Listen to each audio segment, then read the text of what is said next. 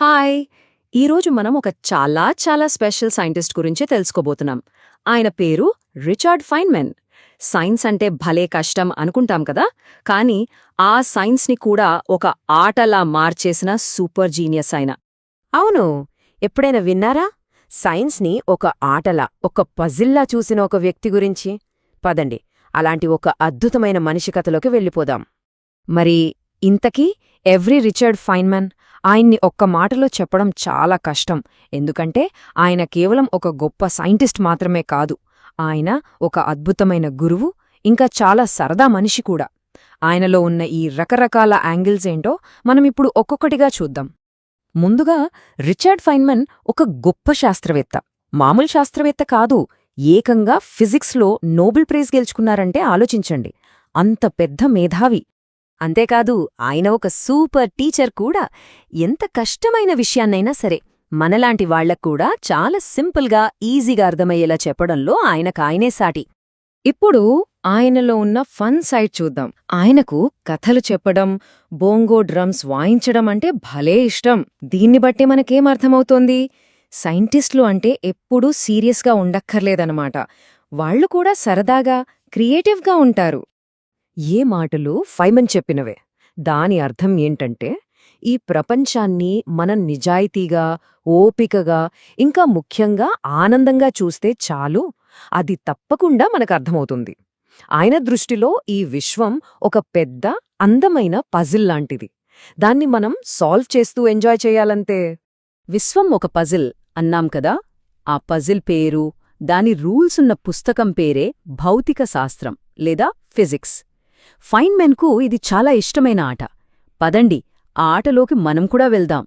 దాన్ని ఒక పెద్ద, ఇంట్రెస్టింగ్ గేమ్లా ఊహించుకుందాం.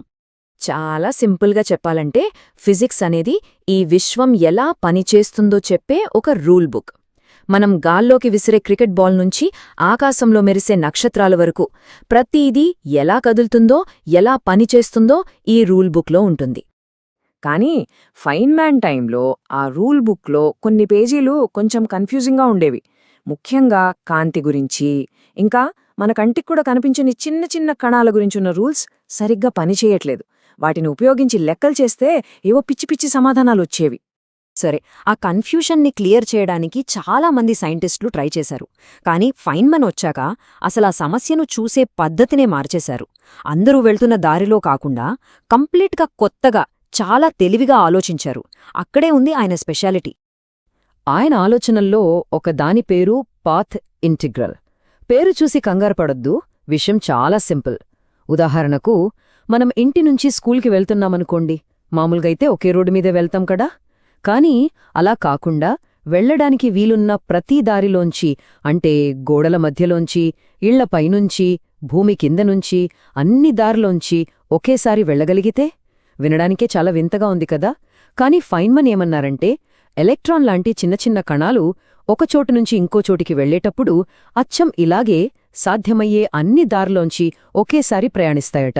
మనం చూసే దారి ఆ అన్ని దారుల ఫలితం మాత్రమే. వావ్ కదా. ఇప్పుడు ఆయన తీసుకొచ్చిన మార్పేంటో చూద్దాం. ఆయన రాకముందు ఫిజిక్స్ లెక్కలు చాలా పెద్దగా, భయపెట్టేలా ఉండేవి. వాటిని సాల్వ్ చేయటం కూడా చాలా కష్టం. కానీ ఫైన్మెన్ ఏం చేశారంటే, సింపుల్గా కొన్ని బొమ్మలు గీసి ఆ కణాలేం చేస్తున్నాయో ఒక కథలా చెప్పేశారు. ఆ బొమ్మలనే ఫైన్మెన్ డయాగ్రమ్స్ అంటారు. ఇవి ఫిజిక్స్ కోసం గీసిన సింపుల్ డ్రాయింగ్స్ లాంటివి. ఒక స్ట్రెయిట్ లైన్ గీస్తే ఒక కణం కదులుతోందని అర్థం. ఒక వంకర గీత గీస్తే అది కాంతి అని అర్థం. ఆ రెండు గీతలు ఎక్కడ కలుస్తాయో అక్కడ ఏదో ఒక చర్య జరిగిందని అర్థం. చూసారా ఎంత సింపుల్? ఆ డయాగ్రామ్స్ చూస్తేనే మనకు అర్థమవుతుంది కదా, ఫైన్మెన్కు కష్టమైన విషయాలను కూడా చాలా ఈజీగా చెప్పడం ఎంత ఇష్టమో. ఈ క్వాలిటీనే ఆయననొక గ్రేట్ టీచర్ని చేసింది. సో ఇప్పుడు మనం సైంటిస్ట్ ఫైన్మెన్ నుంచి టీచర్ ఫైన్మెన్ దగ్గరికి వెళ్దాం. ఆయనకు సైన్స్ మీద తనకున్న ప్రేమను అందరితో పంచుకోవాలని ఎప్పుడూ ఉండేది. ఆయన the Feynman lectures on physics అనే పేరుతో కొన్ని క్లాసులు చెప్పారు. అవి చాలా ఫేమస్ అయ్యాయి. ఆ క్లాసుల్లో ఆయన కేవలం నిజాలు చెప్పేలేదు, అసలు ప్రపంచం గురించి ఎలా ఆలోచించాలో నేర్పించారు.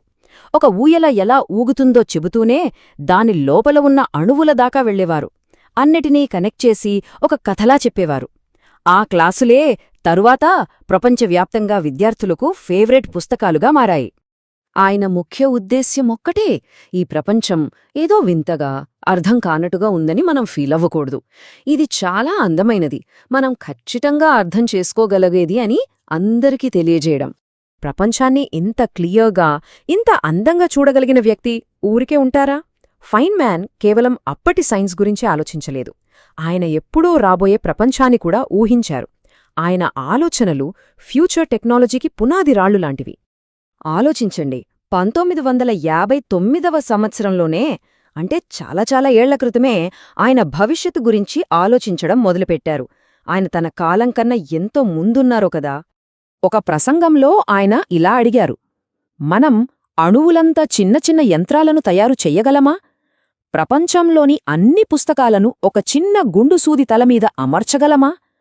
ఈ ప్రశ్నలే ఇప్పుడు మనం వింటున్న నానోటెక్నాలజీ అనే కొత్త రంగానికి దారిచూపాయి. ఆయన కంప్యూటర్ల గురించి కూడా అద్భుతంగా ఆలోచించారు. మన నార్మల్ కంప్యూటర్ అవును లేదా కాదు అని మాత్రమే ఆలోచిస్తుంది, ఒక లైట్ స్విచ్ ఆన్ లేదా ఆఫ్ అయినట్లు.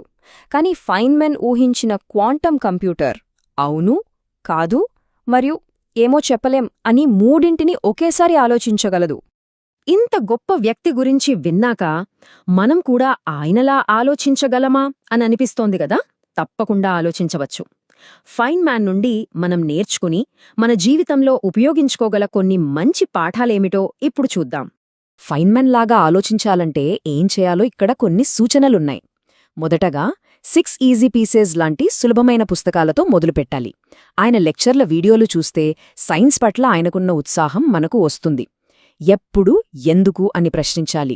నాకు అర్థం కాలేదు అని చెప్పడానికి అస్సలు భయపడకూడదు. చివరగా ఒక విషయాన్ని మన ఫ్రెండ్కి చాలా సింపుల్ మాటల్లో చెప్పడానికి ప్రయత్నించాలి. అప్పుడే ఆ విషయం మనకు నిజంగా ఎంతవరకు అర్థమైందో తెలుస్తుంది. మనలో ఆసక్తిని ఎప్పుడూ బ్రతికించుకోవాలి. రోజూ చూసే వస్తువులను కొంచెం జాగ్రత్తగా గమనించాలి. అవి ఎలా పనిచేస్తాయో ప్రశ్నలు వేసుకోవాలి. సైన్స్ పుస్తకాలు చదవాలి, వీడియోలు చూడాలి. అన్నింటికంటే ముఖ్యంగా నేర్చుకోవడం అనేది ఒక సరదా సాహసం అని గుర్తుంచుకోవాలి.